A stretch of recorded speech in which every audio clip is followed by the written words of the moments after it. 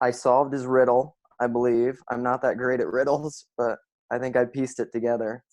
Because I don't know if you saw, he posted essentially a little riddle on how to figure out his email address. No, I didn't see that. Yeah. So I think I figured it out. My son had a fun attempt at trying to figure it out, and it worked out well. So I think we're gonna get together sometime. So That's wonderful. He's such a, so he and I have been corresponding for the last number of months, but it's so much different.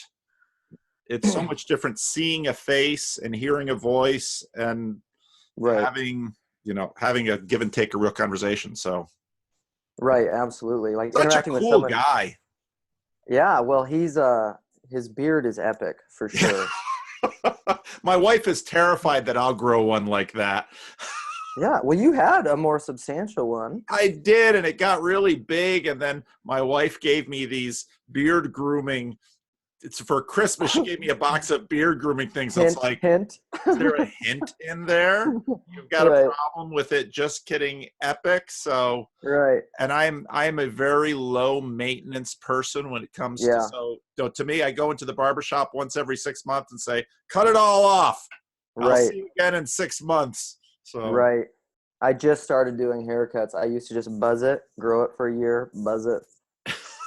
So yeah, my wife does not let me. Every once in a while, I'd like to have a mustache, and she says it's like you have a critter on your face, so you have to get rid of that. yeah. So tell me a little bit more about yourself. Okay. So, wow. So this is a brief testimony. My wife and I have moved around quite a bit. My wife is a medical professional, and so because of that and her training, we've lived a lot of various places. Most of the time, most of our married life has been in Minneapolis, and we lived here right away, and then we moved away for about 6 years, and now we're back. And we've been back for about 2 years now. And how long have you been married? 13 years now. Oh, okay. Yeah. Okay. So I have to do the math. I'm not good at dates and numbers. So well, I just had a 30th anniversary, so it's real easy for me this year. Next year it'll be like 31. right. Yeah. Well, congratulations. Well, thank you. Yeah. So Minneapolis feels like home to us. We moved here right after we were married. We got married right after college. So most of I don't know what I relate to and recognize as myself anymore, because I've changed a lot. I always relate it to there's a Tim Keller quote, and I don't remember what forum I saw it, what format, but it was something like, when I was 20, I thought I knew a lot. And then when I was 30, I was like, I was an idiot when I was 20. And when I was 40, I was an idiot when I was 30. Yeah. And man, I don't know. I feel like a completely different person than 10 years ago. So, yeah. So anyhow, we've done a lot of moving around, but so there's been positives and negatives to that. It's really, I grew up on a cattle ranch 7 miles out of my hometown. I couldn't see another house in western South Dakota. So like the most rural conservative environment you could probably grow up in. And I've been actually reflecting on this recently. I think somewhat that was God's blessing to me, because I don't know if you remember from my Big Five temperament stuff, but I'm pretty volatile and I'm pretty open. And so I think if I would have grown up in some place like Minneapolis, I would have killed myself. I think, I about killed myself in South Dakota. So, so that was good. And then my wife and I met at undergraduate. We moved out here. I was raised Christian. I would have always assumed that I was Christian, but I never really. I never grew up in a highly intellectual environment, and I've learned like I've always kind of needed that. I'm philosophically wired, and so I need to understand things that way, and so I never put a lot of things together. Like I didn't realize I wasn't really living in accordance with my faith much. My mother told me that sometimes, but when she would tell me that, I would say, get away. So when we moved to Minneapolis and I was married, we were going to start making my faith my own, but we didn't really know where to go. I mean, it was somewhat of a culture shock. I grew up in rural South Dakota and I moved to a major metropolitan area. So at the time when I moved out here, I was reading two books at the same time. One of them was Letters from a Skeptic by Greg Boyd, and one of them was Hard to Believe by John MacArthur. And I didn't even realize, I didn't know that was pair of books. Yeah, I didn't realize that was strange because I didn't know who they were. Right. And so we ended up, we tried out all kinds of churches. Like we went to Greg Boyd's church. I actually met with him once. Had a meeting with him because I'm fairly assertive and I get excited about stuff. And so, and I'm a huge fan of a lot of Greg Boyd's stuff. I'm not an open theist, but there's a lot of misconceptions about him. He's a pretty conservative guy, really. He's a pretty hardcore Bible guy. A number of years ago, I was listening. He had a podcast or MP3s or something on the net, and I was listening to a lot of him, which maybe I shouldn't do, but I'm high in openness. So I know I've said a lot of times, like I needed a pastor like you growing up because your openness would have allowed me to feel much freer than I felt. My whatever, call it, a lot of people want to claim to be the prophetic voice, but that's my temperament. They just think being loud and obnoxious is prophetic. It's not necessarily prophetic, but that was always my bent because I was always in conservative circles. So we actually ended up at Bethlehem Baptist Church, John Piper's church, because my mom had heard of John Piper. And interestingly, my mom wasn't a Calvinist at the time, and she was very concerned about all that as I started diving into all that stuff. But she's the one who led me there. So, and that's actually while he was preaching through Romans, and I just never experienced preaching like that. And he really appealed to the intellectual in me.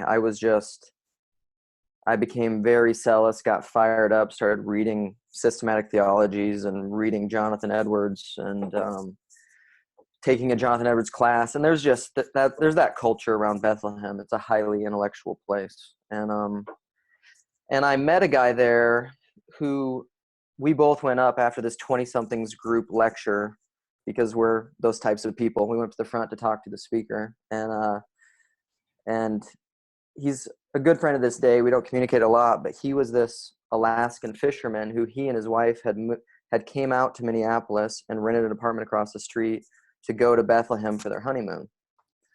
And and he had WDJD tattooed on both hands, and he used it for street evangelism, like Why Did Jesus Die?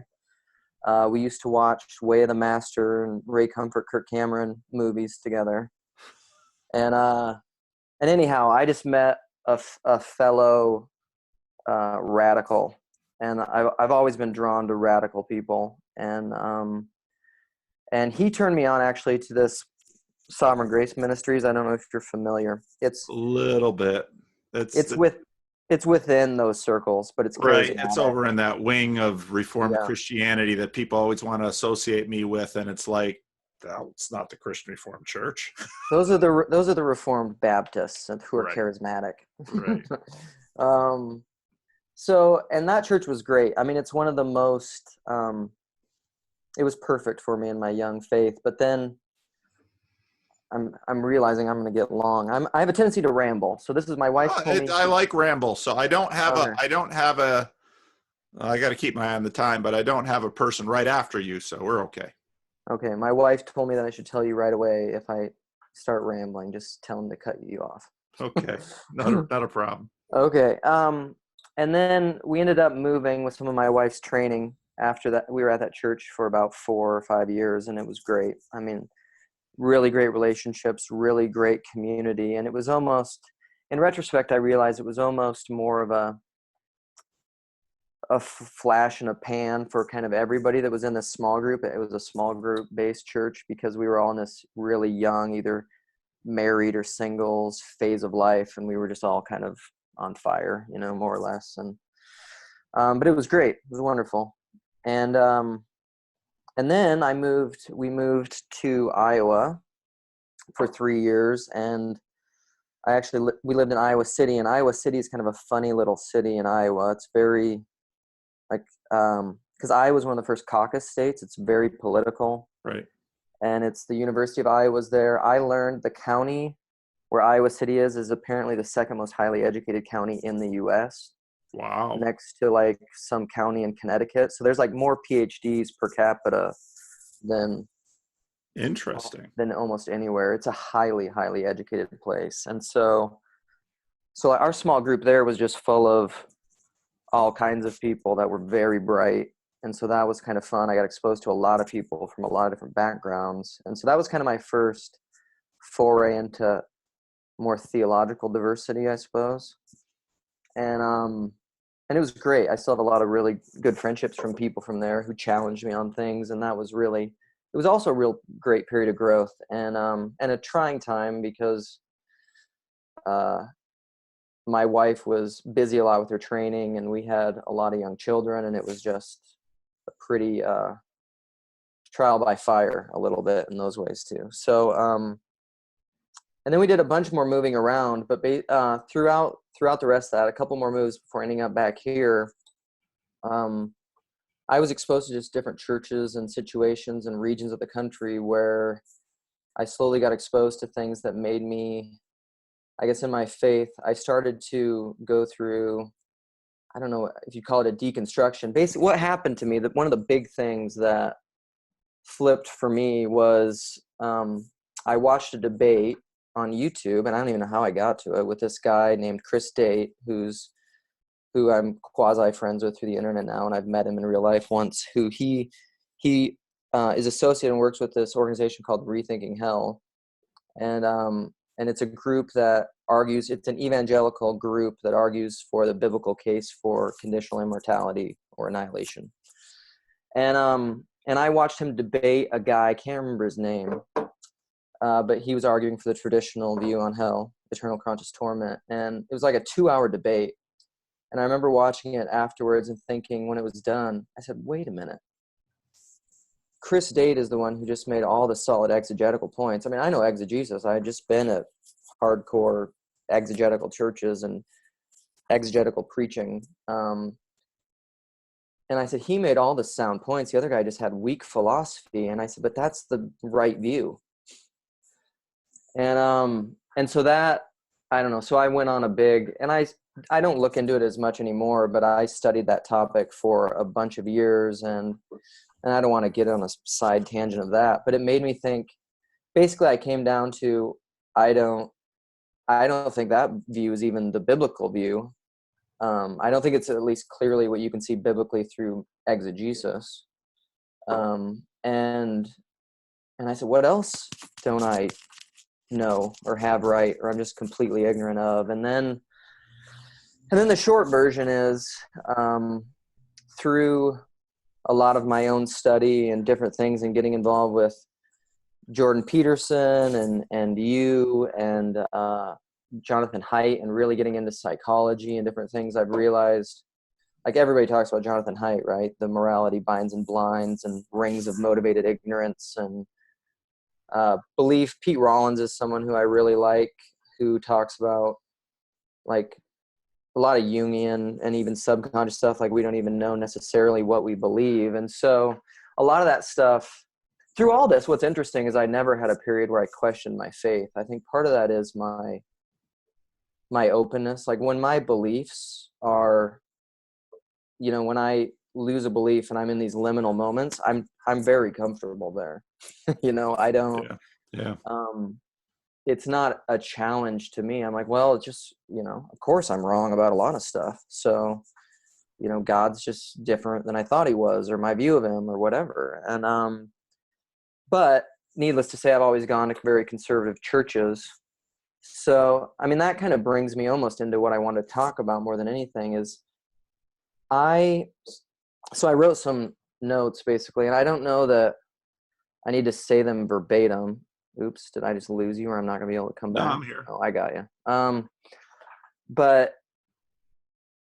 So I guess the thing I'd want your thoughts on and that I want to talk about a little bit is, even through watching your Sam Harris, Jordan Peterson stuff. I mean, I'm on board with you with a lot of all that stuff that you say. I would agree a little bit, and I think you know this now, but with your Kiwi friend, um, I think you can get a little rough on Sam Harris sometimes. But but I mean, I get it. I think more than anything, I see, because we're both high in compassion, I just see your pastoral heart. I mean, I think you're defensive of your flock, your people, the people that you know that are good and that you love, and I mean, it's a potential. I mean, we live in this culture of, the nuns and the nons and the ex-evangelicals and the post-evangelicals and these militant atheists, and so they latch on to someone like that. But I think that's more of a symptom than the cause, and the cause is more of what I would like to, like, that's the kind of thing that I want to focus on. Because I was talking to a friend earlier today, and I was saying, because I think the thing that creates the Sam Harrises and the thing that creates our culture of tribal politics that the IDW is talking about, and identity politics, I think that thing is alive and well in the church. It just doesn't manifest that much because we're so isolated ideologically, because of the way that Protestant ecclesiology has formed. We have like these creedal statement of faith, mainly in your rider versus your elephant ways of doing church. And so and this has been something I've experienced in my own anecdotal experiences. I've had these very conversations with pastors, and they are not welcome. I'm like, if you have statements of faith, the only people you're going to draw are people that already affirm that. And they may not even know that they affirm that. They may just affirm that traditionally and think they affirm it, and they haven't really thought about it because they've just been so isolated their whole lives. And so I more want to talk about how the same spiritual patterns and realities that Jordan Peterson, Sam Harris, all these people are bringing to light, what that means for the church in America. And even like the fact that evangelical is almost, I mean, it's definitely like a negative in the broader culture. Like there were all these articles about, do you even want to be called an evangelical anymore? And I ask, why is that? Like, what is happening? And I think it's because the evangelicals have bought into the 80s culture war ideological stuff, and they haven't, because like even the Jordan Peterson stuff, and you talk about this a little bit within your discussions, like no one in the church circles that I've ever been in wants to talk about this kind of stuff, or Jordan Peterson. I mean, they're like, even with Alan, this kind of stuff that he's talking about, of his experience of going to churches, I know exactly what he's talking about. Because people I don't know. I think I'll just leave it at that and see what you have to say. I could keep mumbling for a while, but so that's kind of my focus. Is it's about the health of the church, because ultimately I'm not merely passionate about the ideas in and of themselves. I want the church to be what it should be. And I see this as a huge blind spot and deficiency within. I mean, this is kind of why I've been attending an Orthodox church for the past 6 months. And part of it is all tied to this, is because I couldn't talk to anybody in evangelical churches anymore. I mean, I tried. I attended evangelical churches while all this was happening, in a previous move for a couple years, and had some of these conversations. I had pastors saying, like, we can find you another church. Clearly you don't want to be here. And I said, no, I do want to be here. I just don't. Really? Like, That's what pastors would say? Yeah. I mean, why? Because I was reading books that were outside of I was reading the books that weren't on the prescribed reading lists. It's so funny because I hear stories like yours, and so I don't doubt you for a minute, and everything you're saying is true. It's just the kinds of pastors I know and hang out with. Yeah. You might not become an elder if you're got all kinds of ideas that Right. make the pastor nervous, but show Right. you the door? I mean, to me, that's just, it I doesn't mean, make any sense. But yeah, and I'm it not mad wasn't. at you, but I don't know why pastors would do this. Yeah, it wasn't like a. I mean, it wasn't a really heavy-handed, and I have thought about just even telling you some of my experiences from what I would say is my worst church experience. I mean, it's what I have the most painful church, but I don't want to, because I don't know what you're going to end up doing with this, and I don't want to speak. Well, I'm not going to post anything that you don't give me permission to post. Well, I mean, I And mean, I can I'm stop recording right now and destroy it. That's fine. I usually record it because afterwards people ask me, because I mentioned it, and they say, "Did you record that? Because I kind of want to watch it." right. It's like, no, I didn't. No, I would love to rewatch it and have it recorded, and I'm fine with having it out. You know, Well, I don't. And so what I usually do but is I will send it to you, and then you can take a few days or weeks to decide. And then if you say, I kind of like to share that, but that's right, totally up to you. I don't do these things in order necessarily to make content. Some of the right, conversations, like the ones I posted, like the one with Alan, I was having that conversation. I thought a lot of people are going to find this talk right, helpful, because he was yeah, just so wise and yeah, articulate, and it was wonderful. But let's go back to what we were talking about. And sure. that, I mean, because both of us are pretty ADHD, and so off we go. You're right. Keep us in line. But you know, your point. I mean, because one of the things, and this comes through with some of the conversations I see you having on Twitter, Mm-hmm. and a conversation I was having on Facebook with somebody. I mean, there's just too many people now to really track everyone. And that's why these Right. conversations are helpful, because now I've got a better frame of reference for who you are than Yep. just Luke on Twitter. Right. And I didn't even remember your name that one time, but, I was just giving you grief. uh, but so the relationship between, um, confessionalism, where the group, you know, in terms of what they're doing, they're saying, okay, this is what we believe. Now, I've been involved in the confessional church all my life, and I know Yeah. enough to know that confessionalism in the vast majority of cases is like crust on, you know, it's just a crust on a deep, Yeah. well that Yeah. most people don't have any idea. It's what they've inherited. And so what they're doing when they express allegiance to a confessional system is that they're basically saying, this is my tribe, I trust them, this is how we identify ourselves. Yeah. And in terms of internal cohesion, I've had dyed-in-the-wool CRC people explain things like divine election to me, and I think, oh, you're an Arminian. You know, Right. I'm not going to tell them that, because then Right. suddenly we have a whole bunch of drama about something Yeah. we really don't need to worry about.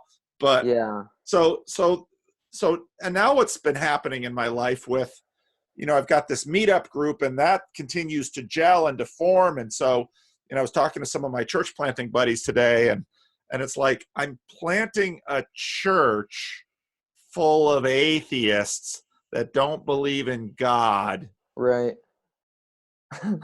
Okay, well, Yeah. we'll just keep going with that. And, Yeah. and that's what I'm doing. And Yeah. so I'm really starting to run this experiment in the relationship between, you know, a confessional church and a more behavioral based grouping. And it will be Right. interesting to me to see, you know, as time goes on, what happens with this. Yeah.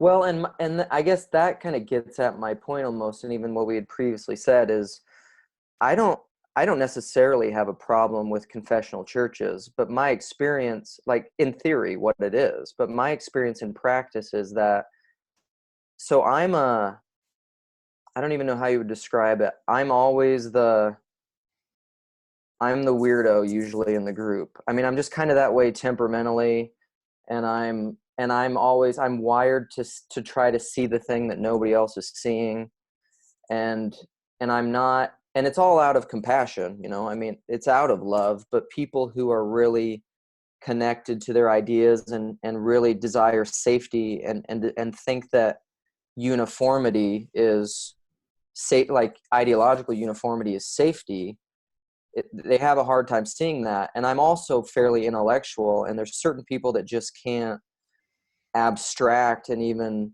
get these ideas that much. So like when you say most people at the lay level, like they don't even know what those things mean. Of course they don't, because they can't. I mean, those confessions are, you know, we talk about religious thinking, like those have been developed and evolved over time. And like they say something that's pretty deep. It's like the Bible, but at a lower resolution. Right. So like the Bible is that complex. That's why when I saw a tweet today of some atheist tweeting something like, I read the Bible and it's stupid.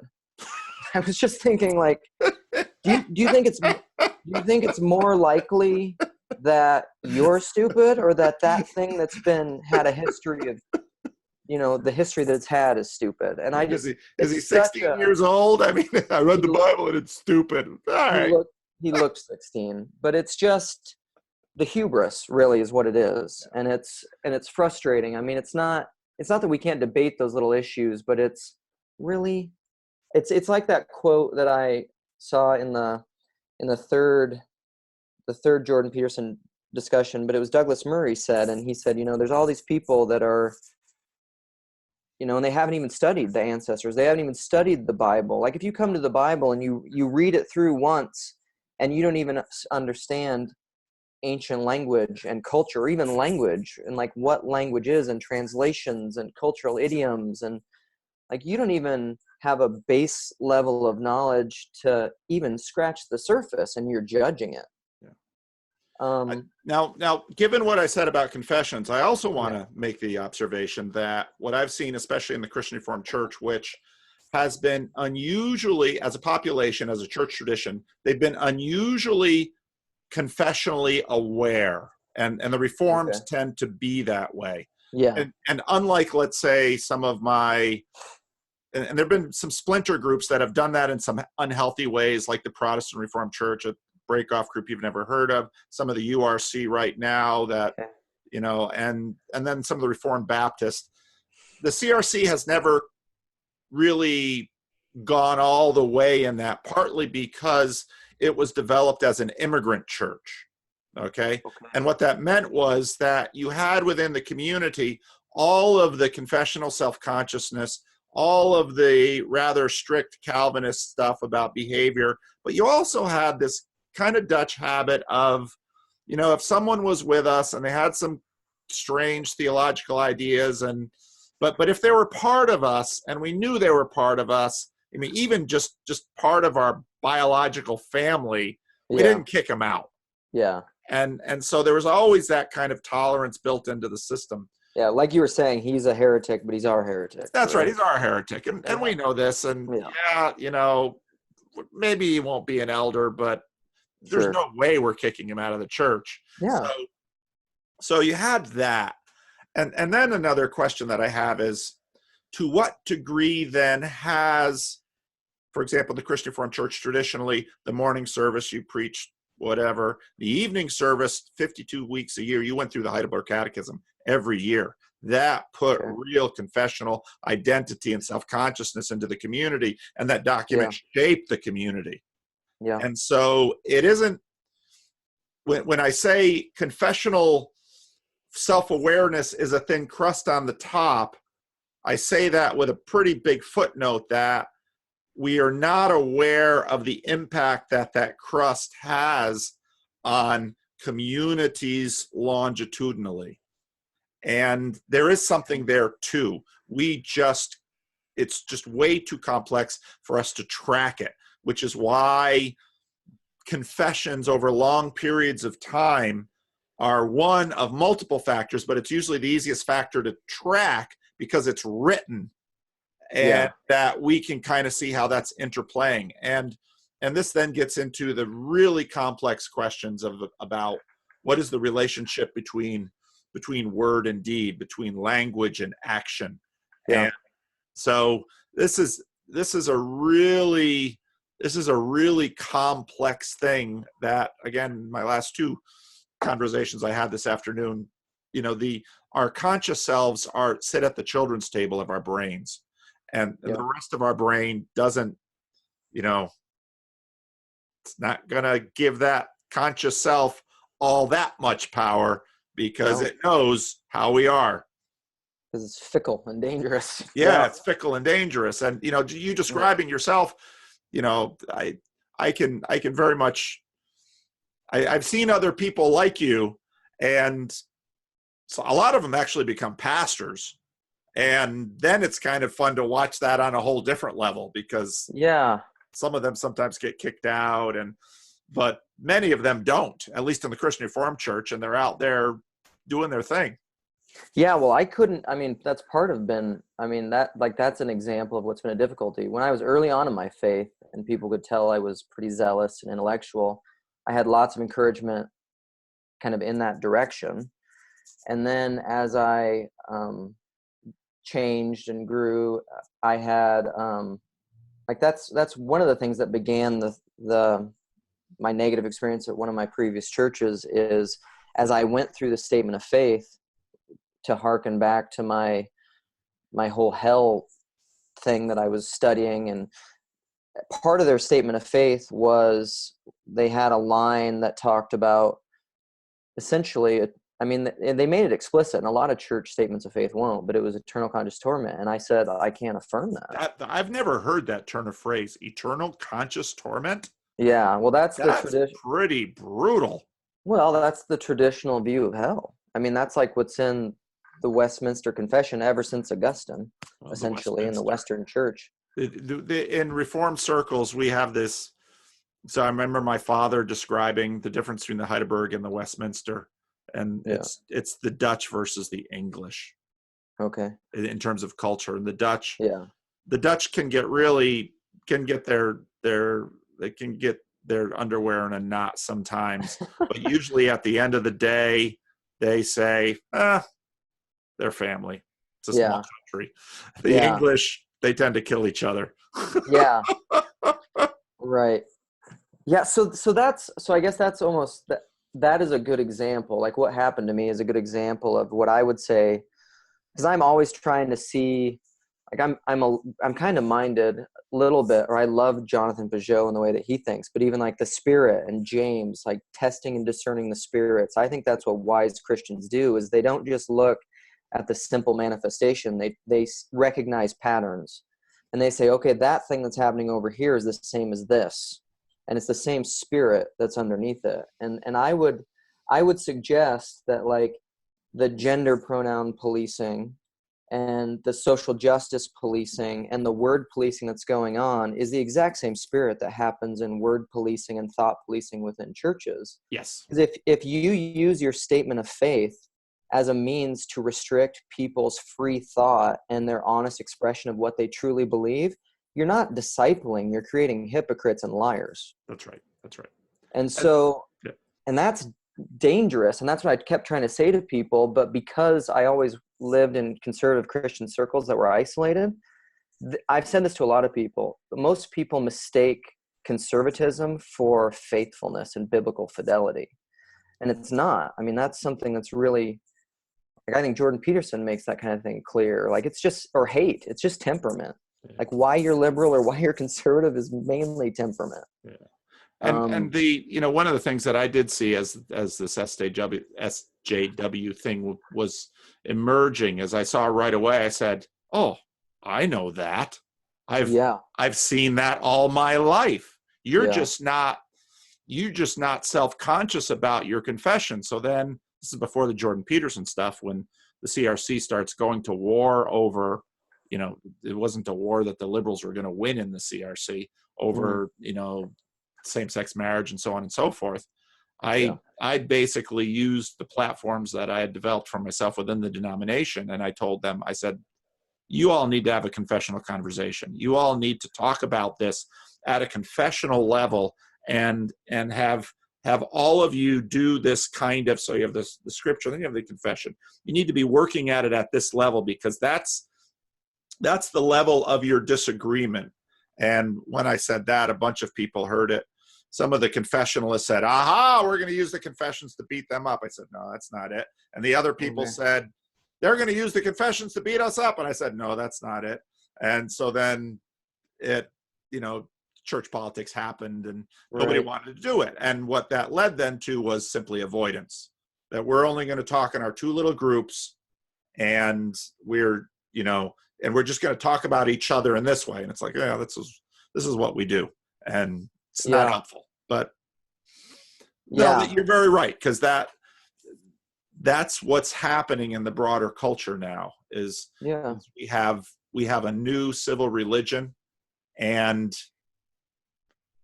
we've seen civil religion before, and what you wind up doing is it's just the other side that imagined themselves to be so open. It was someone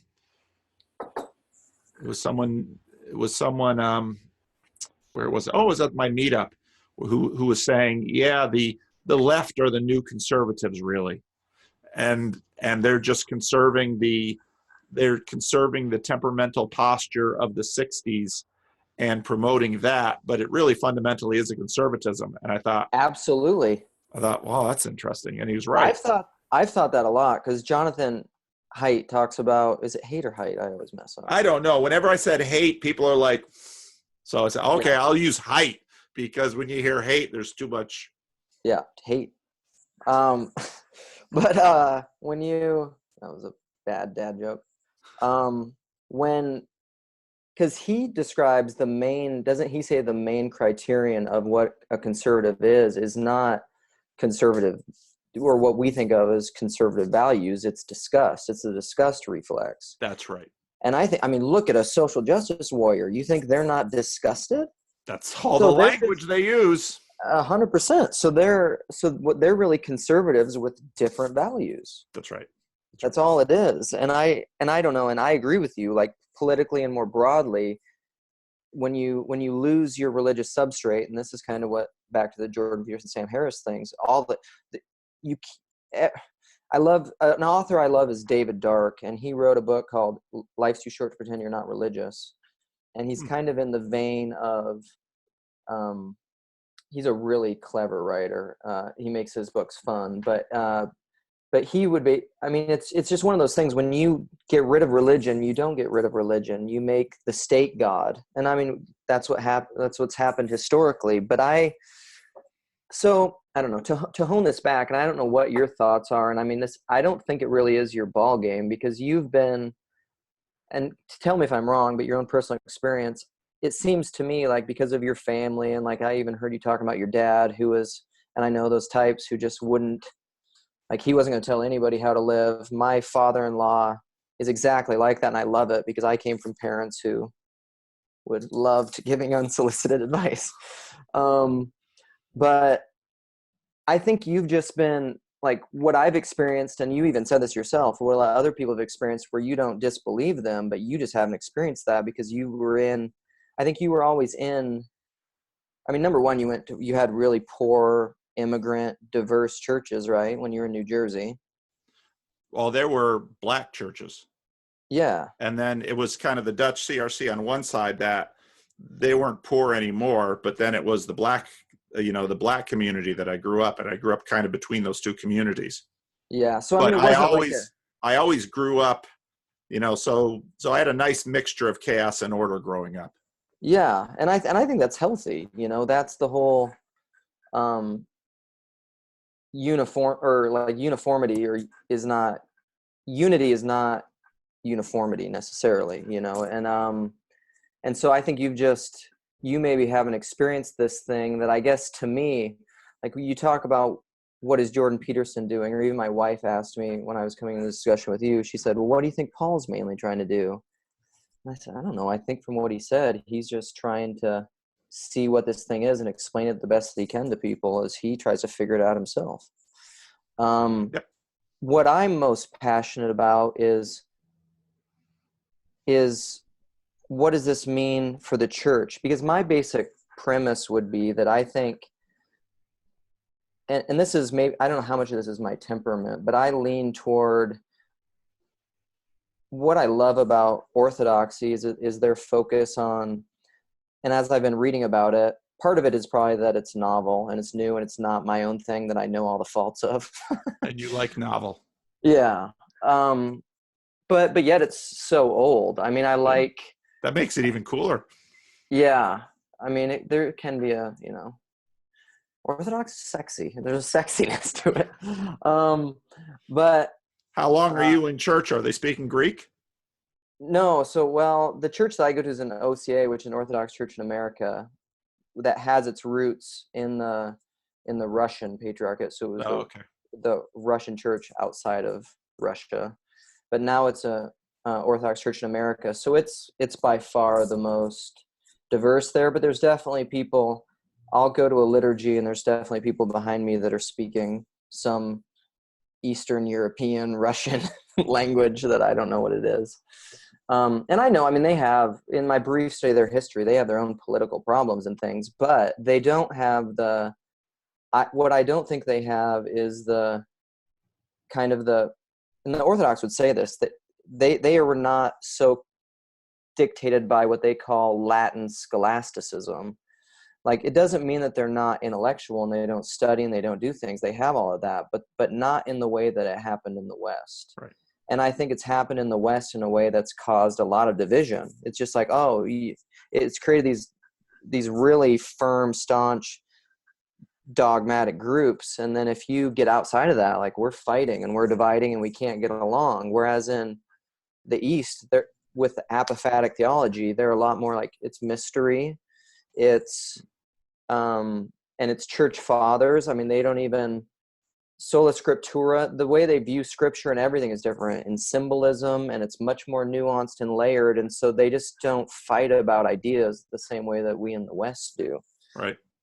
And that's a strong appeal to me, because I honestly do believe in the West, in most evangelical churches, it would be a constant problem. The reason it's not a constant problem is because they only draw people that think like them. So it's preaching to the choir all the time. There's often confessional churches and liturgical churches. And one of the distinctions between them is in a confessional church, it's usually, again, it's the confession that the Christian Reformed Church, these are the three forms of unity. That's what they're actually called in the Christian Reformed Church. And they're signed. And so it's that layer that the church tries to create its definition, its identity around. In a liturgical tradition, the liturgy is the thing that the church derives its identity within. And you can see this happening in the Roman Catholic Church, in that, or even in some mainline churches, where you can think whatever the heck you want about just about anything, but you show up and you practice the liturgy and right. so on and so forth. But then again, you have the same dynamic as I mentioned before with confessionalism, that liturgy is still shaping the group, and the dynamics are different. But that's and that's why you'll get some different flexibilities in the Orthodox Church, because this is what we hold, this is what we're flexible on. Now, if you jump in and say, let's do liturgy this way, right. Right. Oh, they might show you the door again. let's I know you've been doing St. John Chrysostom's liturgy since like 300 AD. Let's not do that. I heard another internet friend that I met. I don't know if I met them through you or through Twitter. She's a big fan of yours, though. And I heard you say something similar to this the other day, but she was kind of saying that liturgy is what trains your elephant, whereas sermons, ideas, confessions, thing like that, train the writer. But like we were just saying, the writer is fickle, doesn't really know what he believes. It doesn't mean that that's not an important dynamic, but like the much more effective thing that's going to actually affect behavior is probably going to be the liturgy more so. I mean, that's the thing. It's the sacramental idea. It's the embodied idea.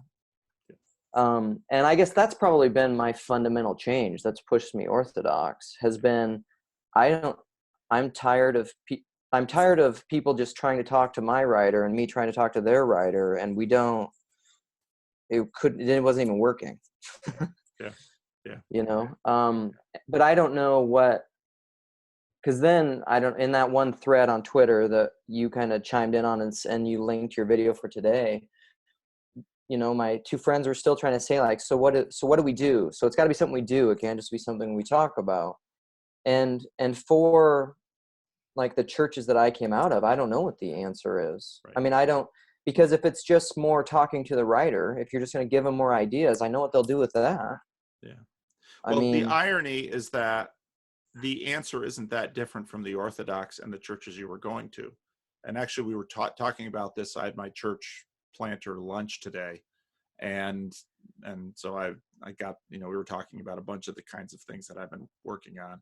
okay. And so, what do? Well, let's begin by coming to church every week. That's ironically the same answer at John Piper's church as it is in the Orthodox Church. Yeah. Is that you physically associate and are present with the community on a regular basis, and you make a commitment to that, and you stick to your commitment. Now, right now in the American church, that's exactly the layer. I mean, you know, what do you call, in California at least, what do you call someone who shows up for church twice a month? An elder. I mean, it's that bad in California. Yeah. Yeah, I can see that. This is related, I think, but I also would like your thoughts on it. What are your general ideas about potential attempts at ecumenicalism and do you think the goal would be for the church to come back together to some extent, or do you think God in his providence? Because I mean, I've had and heard both of these different views, that the goal would be for the church to be reunited, you know, like let's step back from all the different denominations and go back to even, you know, great schism stuff. Like, let's bring it back together. Is that something that just isn't going to happen? Ecumenical attempts focus on structure, okay, and that's something to look at right from the start, because here's a question. So in American evangelicalism, that's a highly ecumenical movement in certain ways. And Mark Knoll, for example, in a post on BioLogos, made a very interesting observation that, you know, what happened in the American church is that as the Americans moved westward, the churches that hopped over from Europe didn't travel well over land. And so that's where this whole Bible believing, Bible as implicit confession started taking root. And then you have the roots of non-denominationalism, you have the roots of the fundamentalist movement, you have the roots of neo-evangelicalism, you know, Billy Graham, Fuller Seminary, Christianity Today. So the question is, what kind of unity is it? And a lot of what has passed in, like, say, the World Council of Churches and other ecumenical movements, though the focus of those movements have been on structure. And obviously, when you look at the Orthodox, you look at the Roman Catholic, well, the Roman Catholic have a highly defined structure. The Orthodox, a little bit looser. The Orthodox more conciliar, which means councils, you know, patriarchs and bishops and so on and so forth. Then you look at, say, evangelicalism, which tends to be highly flat, you know, very flat. So, okay, so what unity are we talking about? And when you ask that question, especially in an American context, well, there's a high degree of unity because you were raised Lutheran, but you go to this non-denom, and then you go over here to this church. You've led a very ecumenical life. Yeah, as your autonomous individual self. That's right. Yeah. And then evangelicalism, one of the things that we seldom look at enough when we talk about American evangelicalism is the role of the market, and in a sense, the faith in the market that is being expressed through church behaviors. You know, Bill Hybels is an important guy because he grew this big church. Now we have these revelations that, you know, you like the ladies. So, well, what guy doesn't like ladies? Well, 95% of them do, but and so on Yeah. and so forth. So none of these questions tend to be as simple as, well, we want to be ecumenical. Let's bring the Christian Reformed Church and the Reformed Church of America together. Well, what does that mean when an RCA pastor that I know pretty well tells me, I haven't baptized a baby in 15 years because I don't really believe in infant baptism? And I think that would not fly in the Christian Reformed Church. Yeah. So, but in the RCA, so what even is that structure? So these are hard questions to get a handle on. Yeah. Do you think it would be, I mean, do you think it's a goal? Do you think it ought to be a goal? Many nominal-ish evangelicals are highly ecumenical in that they'll go to any church. I see people leave a Christian Reformed church because they're pissed about something. They're pissed that it's just not the same church it used to be. Then they go to a Baptist church. It's like, what's that about? And again, they're very disconnected from the chattering writer that says, I'm dyed-in-the-wool Christian Reformed, so now I go to this Baptist church. Yeah. No, they don't have, all they are doing is having some emotional reactions to, the elephant is guiding them, and the changes that they have not observed in American culture through all kinds of influences have been shaping that elephant. Yeah. And that elephant just wandered over to First Non-Denom. Yeah. The elephant, Christian Reformity was lost 20 years ago when they watched something on TV. So is that ecumenical? Yeah, kind of. Well, and it's hard to know how, I don't know. It's hard to know what a path would be back, or how you could even do it to getting back to any sort of ecumenical structure, because it took hundreds of years to get us to where we're at, Well, take a read. I've got my YouTube channel, I've got my church channel. Okay. Yeah. If you go to my Sunday school lessons, the last few lessons, I was in 3rd John and now I'm in 1st John. And if you read 3rd John, you see that we think you had all these little house churches, and they have John the Elder writing to Gaius, who's probably the head of a little house church, telling him that he's a little pissed at Diotrephes, who's probably the head of another little house church, because Diotrephes wants to be the big man. And so he's not even passing John's letters down to the congregation. So, and then they're talking about the traveling preachers. And then the last week I talked about the didache. So was that church unified? Well, it depends what you mean by unity. To a degree, underneath the persuasion of whatever John we're talking about, there was a degree of uniformity, but then Raymond Brown, probably the most predominant Johannine scholar of the 20th century, says this Johannine community kind of got subsumed in the broader church as the church actually developed structures and the traveling preachers went away. And, so the ancient church was nowhere near as united as when we look at the Roman Catholic Church, say, wow, look at that.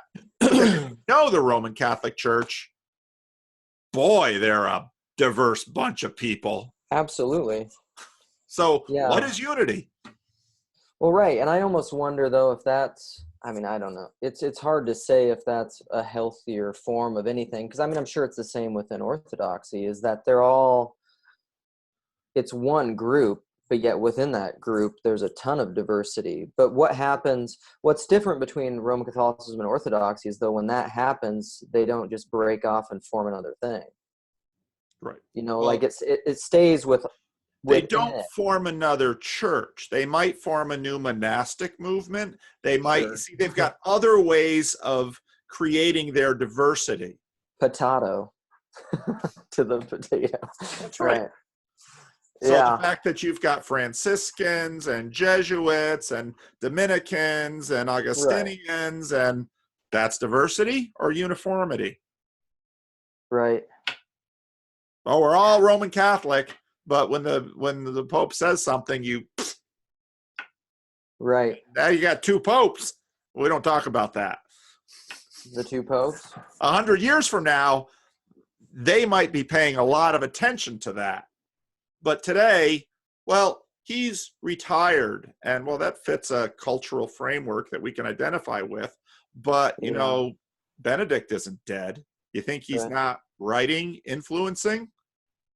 And Francis says something, and then Francis, did Francis, kind of smooth over a pedophile bishop? And it's always this way. He can retire. We'll have 3 popes. Then we'll have 3. Yeah. I got to wrap this up. Okay.